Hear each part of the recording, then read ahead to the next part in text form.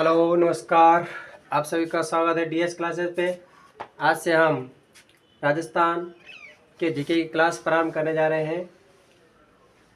तो सबसे पहले हमारा जो टॉपिक आता है राजस्थान के इतिहास के स्रोत कौन कौन से हैं और किस इतिहास कौन सा जो शिलालेख हैं हमें कहाँ से प्राप्त हुआ है। तो सबसे पहले सबसे आता है हम पढ़ेंगे शिलालेख। शिलालेख अब जो शिलालेख है कौन सा शिलालेख कहाँ से प्राप्त हुआ है और उस शिलालेख का संबंध किस से विशेषता के कारण है और कहाँ से इसका संबंध है। तो पहला जो शिलालेख आता है नगरी का शिलालेख। नगरी का लेख, यह शिलालेख जो है अपने चित्तौड़गढ़ में पाया जाता है।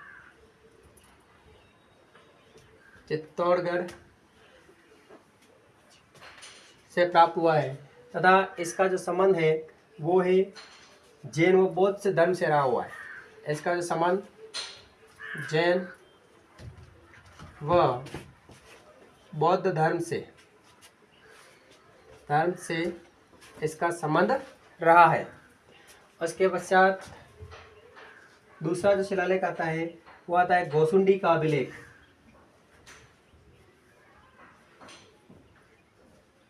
गोसुंडी का अभिलेख, गोसुंडी का अभिलेख इस ये भी हमारे चित्तौड़ से ही प्राप्त हुआ है। यह भी चित्तौड़गढ़ से संबंधित ही है। चित्तौड़ में प्राप्त हुआ है। चित्तौड़गढ़, इसकी विशेषता है इसकी भाषा संस्कृत और लिपि ब्राह्मी है। इसकी जो भाषा है भाषा संस्कृत है, संस्कृत व लिपि ब्राह्मी है। ब्राह्मी, इसके अलावा और भी इसकी विशेषता है भागवत धर्म के प्रसार। इसने भागवत धर्म के प्रसार की जानकारी भी इससे मिलती है।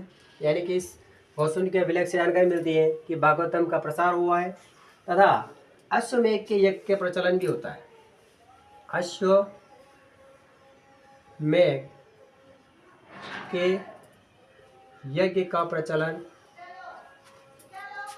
की जानकारी भी इस अभिलेख से प्राप्त होती है। यानी कि प्रश्न आता है कि कौन से अभिलेख से जैन का संबंध जो है जैन व बौद्ध धर्म से रहा हुआ है, तो वह नगरी का अभिलेख है और कहाँ प्राप्त हुआ है, चित्तौड़गढ़ में प्राप्त हुआ है।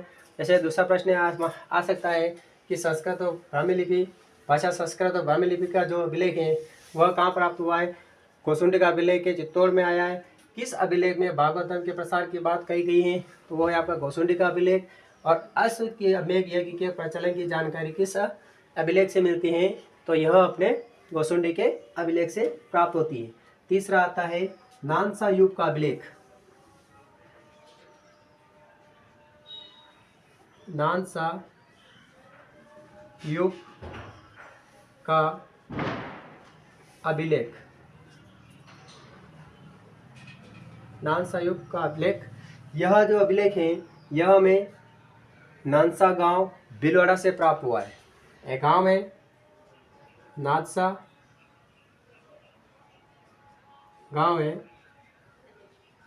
भीलवाड़ा जिले में, भीलवाड़ा से प्राप्त हुआ है। इसकी विशेषता है एक तालाब के मध्य में स्थित है। यह जो अभिलेख है एक तालाब के मध्य में स्थित है। एक तालाब के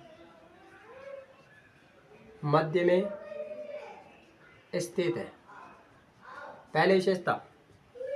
दूसरा, इसमें और इसकी जो स्थापना है सोम द्वारा की गई है। इस स्थापना सोम द्वारा हुई है।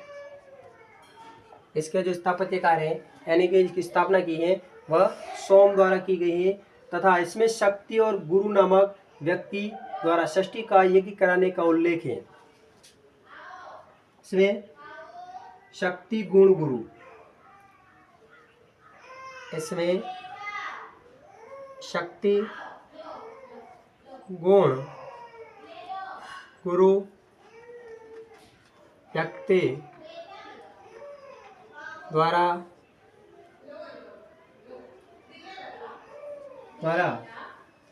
नामक व्यक्ति जो है षष्ठी का यज्ञ कराने का उल्लेख है। एक यज्ञ होता है षष्ठीकाय नामक यज्ञ का उल्लेख है।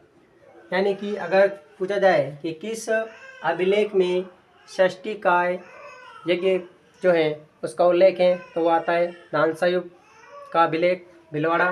दूसरा कौन किस व्यक्ति के द्वारा किया गया है, तो वो आता है शक्ति गुण गुरु।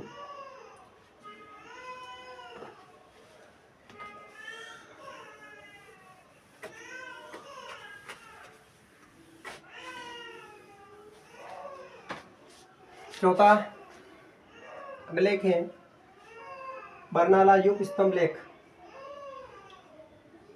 बरनाला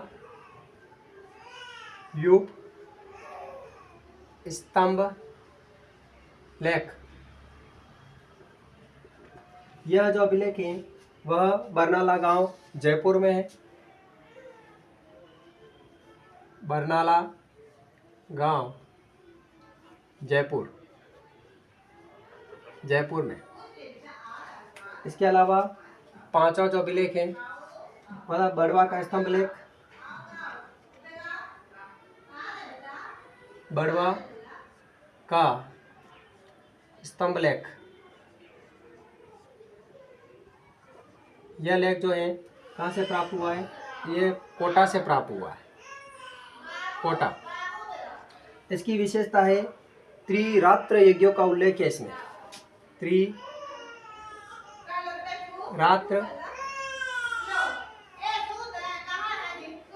यज्ञों का उल्लेख है।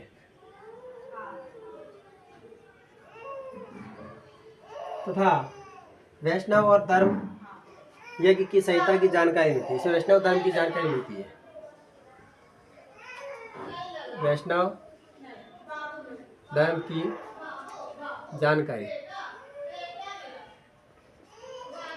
अगर आप डीएस क्लासेस पर नए हो तो चैनल को सब्सक्राइब करें और वीडियो को लाइक करो और अधिक से अधिक शेयर करें।